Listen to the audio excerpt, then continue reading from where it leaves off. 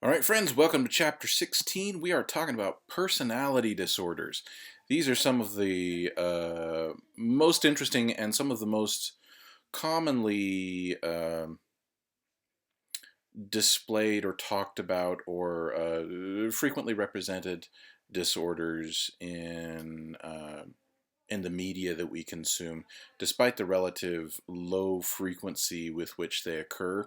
These are ones that seem to catch our imagination, right? So, along with schizophrenia and a few others. But when we're talking about personality disorders, we're actually talking about a bunch of different disorders, each of which we'll go through sort of in order today, that are all based in characteristic ways of behaving and responding to the world around you, which, I mean, that's personality, right? The characteristic ways of behaving, that is how we define people's personality.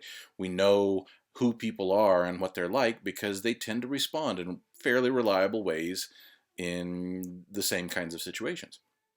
Now, having a personality does not mean you have a disorder. We all have a personality of some kind, and there's an entire personality psychology class if you want to take that. It's super fascinating stuff. Um, but when we're talking about personality disorders, we're talking about reliable patterns of behavior that people engage in that are causing them problems, right? So, um, and not just sort of every day I have a hard time getting along with you because you're aggressive or whatever kind of problems, but the kind of problems that are causing distress and dysfunction where the person isn't able to get along. So in order to be diagnosed with personality disorder, you need to have a long-term, meaning years-long, pattern of behavior that is pretty inflexible, unchanging, um, that has dysfunctionality to it either in your thinking or in your feelings, like how you're responding emotionally to people, or in your social interactions with others, or in your level of impulsivity. There need to be disruptions in at least two of those for a long period of time in order for you to be diagnosable with a personality disorder. Um, Now, it's worth mentioning that personality disorders are at least somewhat culturally defined, right? Because in order for it to cause distress and dysfunction, it needs to be sort of out of the norm, out of the range of usual for your culture, what they believe to be proper behavior, normal behavior, and that's going to vary from time to time and place to place. So this is at least somewhat culturally dependent, although some of these that we're going to talk about today are going to cause problems in pretty much whatever culture you go into. So, and of course, there's the distress and dysfunction aspect to it that we always talk about.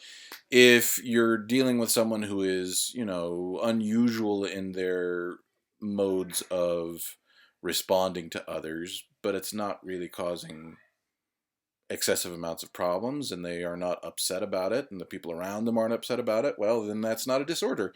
That's just someone being unique or eccentric or unusual. Um, and thank heavens for those people, because otherwise things are pretty boring. Okay, so as I said, those symptoms need to last for years. These are some of the most difficult to treat disorders because people, like we said, this is a pattern of behavior that is established over years, and so it's really difficult to get people to change that.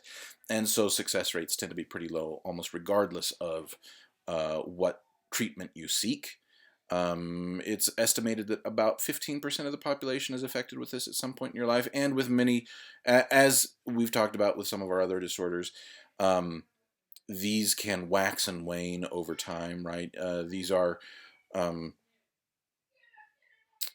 you know, wow, these are long-term patterns of behavior. However, if you're looking over a decade or 2 decades, somebody can um, either get worse in their symptoms or get better and can move into or out of the diagnostic range depending on how severe those symptoms are. Um, Frequently, folks with personality disorders have other disorders as well. So comorbidity is a really common issue here. Now, as far as the DSM is concerned, DSM-5, we've got 10 different personality disorders. So we'll take these by clusters. We've got 3 different clusters. You've got the odd cluster, also known as the eccentric cluster, the dramatic cluster, and the anxious or fearful cluster. So in this video, we'll talk about the odd ones. And those are these ones. We've got paranoid personality disorder, schizoid personality disorder, and schizotypal personality disorder. Now, these are considered odd because they share. This is perhaps an odd way to say this, an unusual way to say this, but they are considered the odd cluster because they share some of the characteristics with schizophrenia, and that is some of the more odd behavior that you might encounter in a person, right? People in this cluster don't tend to seek treatment much because they tend to be fairly convinced of their view of reality and how they behave. And even when they do seek treatment, it tends to be pretty limited in its success. So let's take these one by one. You've got paranoid personality disorder, which is someone who is deeply distrustful and paranoid of others. They tend to not form close relationships. They tend to be pretty cold towards others, and tend to have very strong ideas about how the world really is and what's really going on. Like we said, these are characteristics that, at least in this aspect of it, this paranoid aspect of it, are quite similar to schizophrenia. So you'll get folks who are deeply invested in conspiracy theories and other unusual modes of thinking about how the world works and how people are behaving. And they don't really tend to question themselves much. They think they're right, they think everybody else is wrong and stupid, and are pretty critical of others. This may be nearly 5% of US adults, more men than women. And here's the thing. The modern world that we live in, where we have sort of a globalized set of structures that nobody can really keep track of, and everybody is sort of suspicious at one point or another that somebody is rigging the game and things are not how we are told they really are. That level of suspicion and paranoia seems to be endemic in our society and is not necessarily indicative of a personality disorder. So don't worry if you're feeling a little bit of that in this day and age. I think a lot of folks are. Um, there is plenty of reason to distrust, and always has been, no matter what society that you're in. And so distrust is not uncommon amongst humans. It is the extreme levels that we're talking about here. And you can see some of the things that people report being distrustful of here. Even then, this is not necessarily folks with paranoid personality disorder. This is everybody, right? So, pretty much everybody knows that you are supposed to be careful. Take all of your internet information with a grain of salt. And the mass media perhaps is not always to be trusted. Members of Congress. It's kind of funny that our members of Congress are actually more distrusted than, stockbrokers or lawyers or bankers, right? Or less trusted than any of those. So there you go. At any rate, you will see these same sources of distrust in folks with paranoid personality disorder, but it's going to be to a much higher degree. And once again, there is going to be a higher level of trust in one's own view of the world, and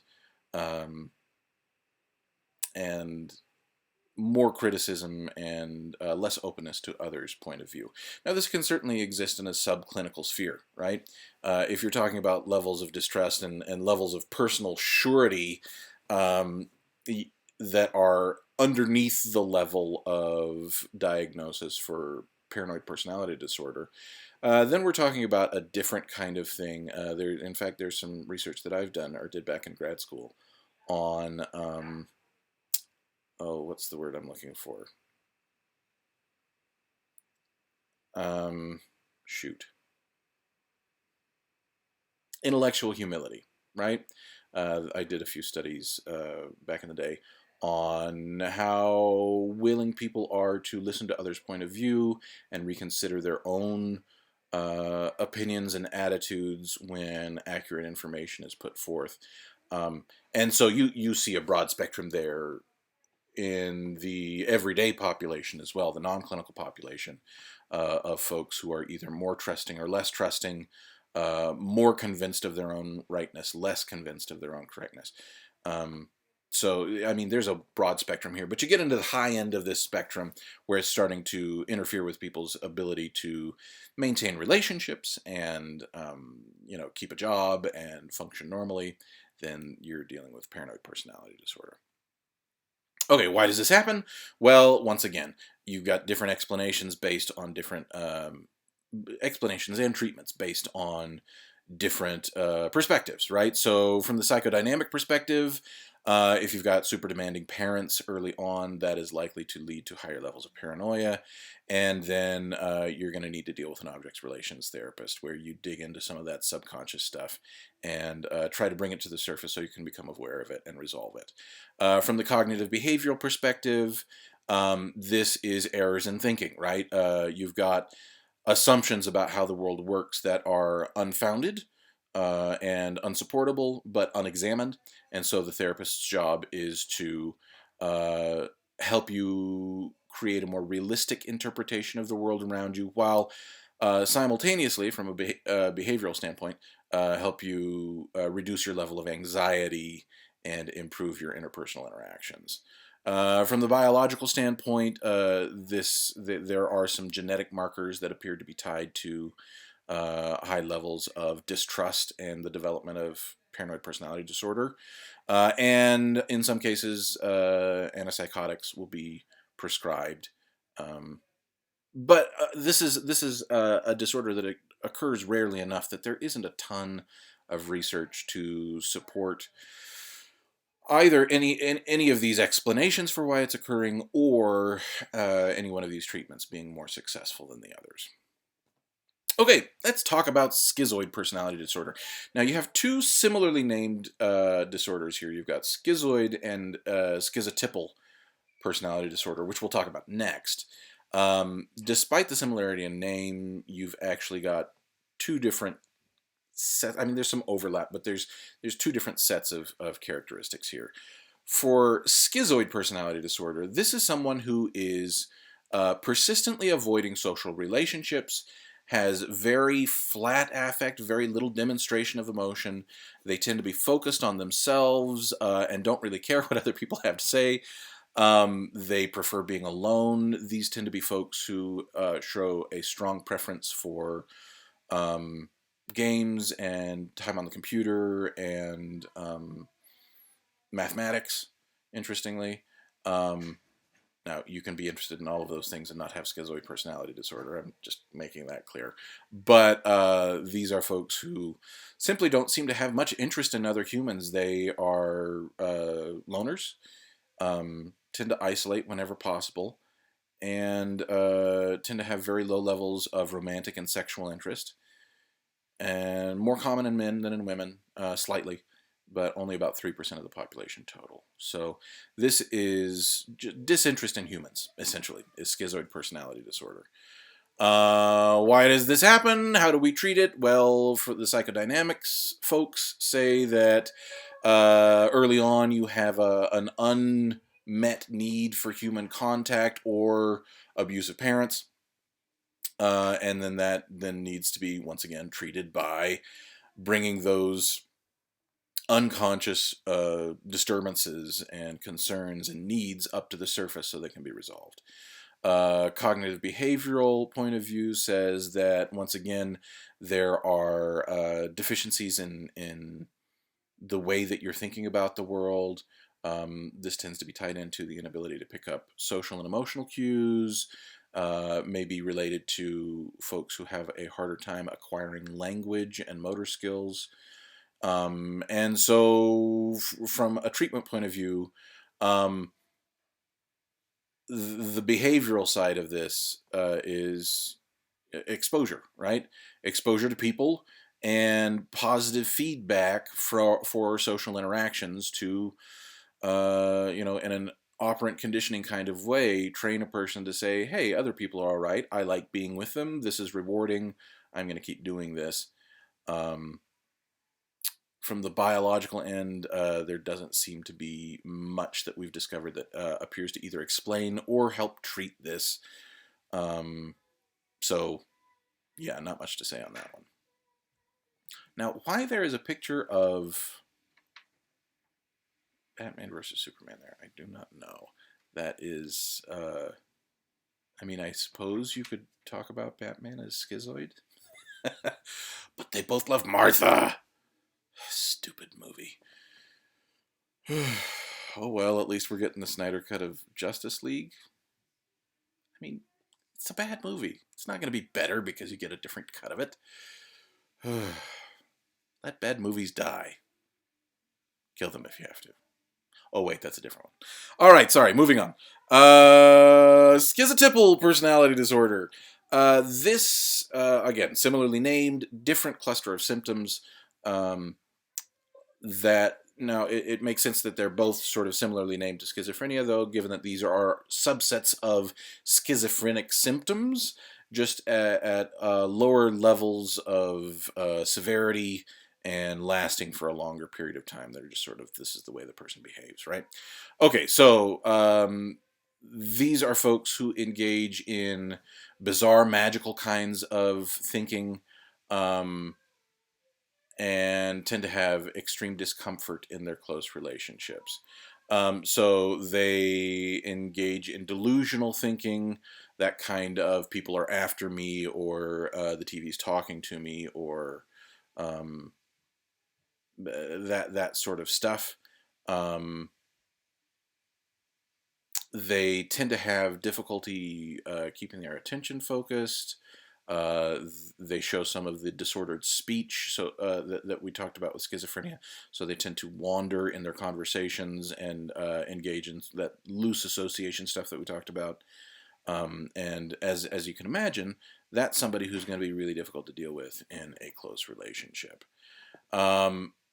We've got similar stuff going on here in terms of explaining why this occurs to schizophrenia, right? So, this more than either of the other odd cluster disorders is low-level schizophrenic behavior, right?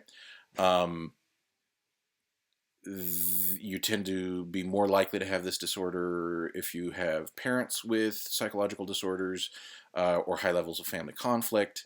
And you do tend to see some of the same differences in brain function that you see in folks with schizophrenia. So you may ask, what's the difference between schizotypal personality disorder and schizophrenia? Well, good question. There is some crossover, right? And some of this has to do with who's providing the diagnosis. One therapist may look at an individual who presents with some of these symptoms and say that's schizotypal personality disorder, and you may get another person who says that's schizophrenia. Generally speaking, it's a question of severity, right? If the person is more or less able to function but is experiencing some distress in their life because of these symptoms, then it's more likely to be a schizotypal personality disorder. It's lower level, right? There's disturbance there, but they're not necessarily wandering homeless on the street. That's someone who's more likely to get the personality disorder version of this, whereas someone who has more trouble maintaining day-to-day function is more likely to end up with a schizophrenia diagnosis. So the treatments then tend to be fairly similar to the treatments for schizophrenia, shockingly, right? So behaviorally, we're helping people connect with other individuals, figure out where their thinking is flawed, recognize the thoughts and magical ideations that are causing them difficulties, and helping them to sort of track step by step what's going on in the world around them. They may need social skills training or speech lessons or, help with how to dress themselves correctly, or recognize emotional responses in others. And some of these folks are going to benefit from antipsychotic medications. And yeah, okay, this tends to be the group that, well, I guess I shouldn't overgeneralize. Some of these disorders, especially the paranoid and schizotypal personality disorders, there are links with violent behavior. Um, and so I mean, there are other explanations for why folks choose to murder other individuals, especially when you have these mass murders that occur in our society, where people go out and kill a lot of other folks. Why does this happen? What's wrong with these people, right? Um, there you have heard probably a lot of conversation in the public sphere over the last 5 years or so, as there's been a drastic increase in school shootings and things like that. That this is due to mental illness. That does appear to be part of the problem, right? Folks who engage in this kind of behavior tend to be folks who either are already diagnosed and seeking treatment, or have been undiagnosed but have all the symptoms of one of these disorders. What disorder is most likely to cause this kind of behavior? There's some disagreement whether it's, paranoid personality disorder, borderline personality disorder, antisocial personality disorder. Um, we don't necessarily know. And any of these disorders that are listed here on this page could be reasonably linked to this kind of violent behavior. Um, and usually you're dealing with folks who have severe comorbidities. So it's not just someone who is suffering from borderline personality disorder or antisocial personality disorder, but also is experiencing high levels of depression or anxiety or interpersonal stress. And then they snap. There's other factors that are associated with it too. It's not just mental illness, because the overwhelming majority of folks with mental illnesses do not harm others, do not engage in violent behavior. So it's got to be something more than just that, right? You've got nearly every single person who has ever been diagnosed with any single one of these disorders has not then picked up a gun and gone and shot up a school or their workplace or something like that.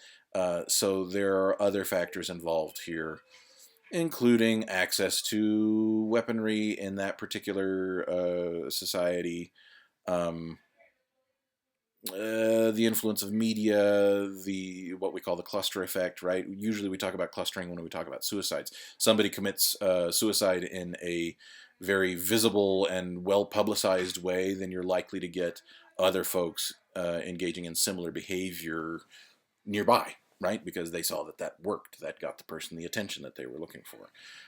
And so you can think about clustering with mass murders as well, with school shootings, that as these become publicized and there's lots of public hand wringing about what do we do and what's wrong with this person, and that's for some folks exactly the kind of attention and validation that they're looking for. And so you can also talk about the influence of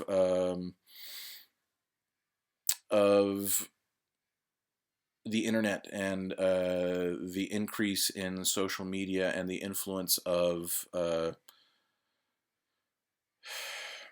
online groups that are given to extremism, right? That seems to have had a drastic rise over the last 10 years. All of these things together can help us understand why this has increased, and it's worth having the conversation about why has this increased so much more in our country and our society than in lots of others. And it's not just going to be gun control. It's not just going to be let's treat mental illness. It's not just going to be, hey, let's tone it down on the internet. And you've got folks resisting in every single one of those camps. But we need to do something about it, right? Because this is a new and disturbing development in our society that has gotten much, much worse over the last little while.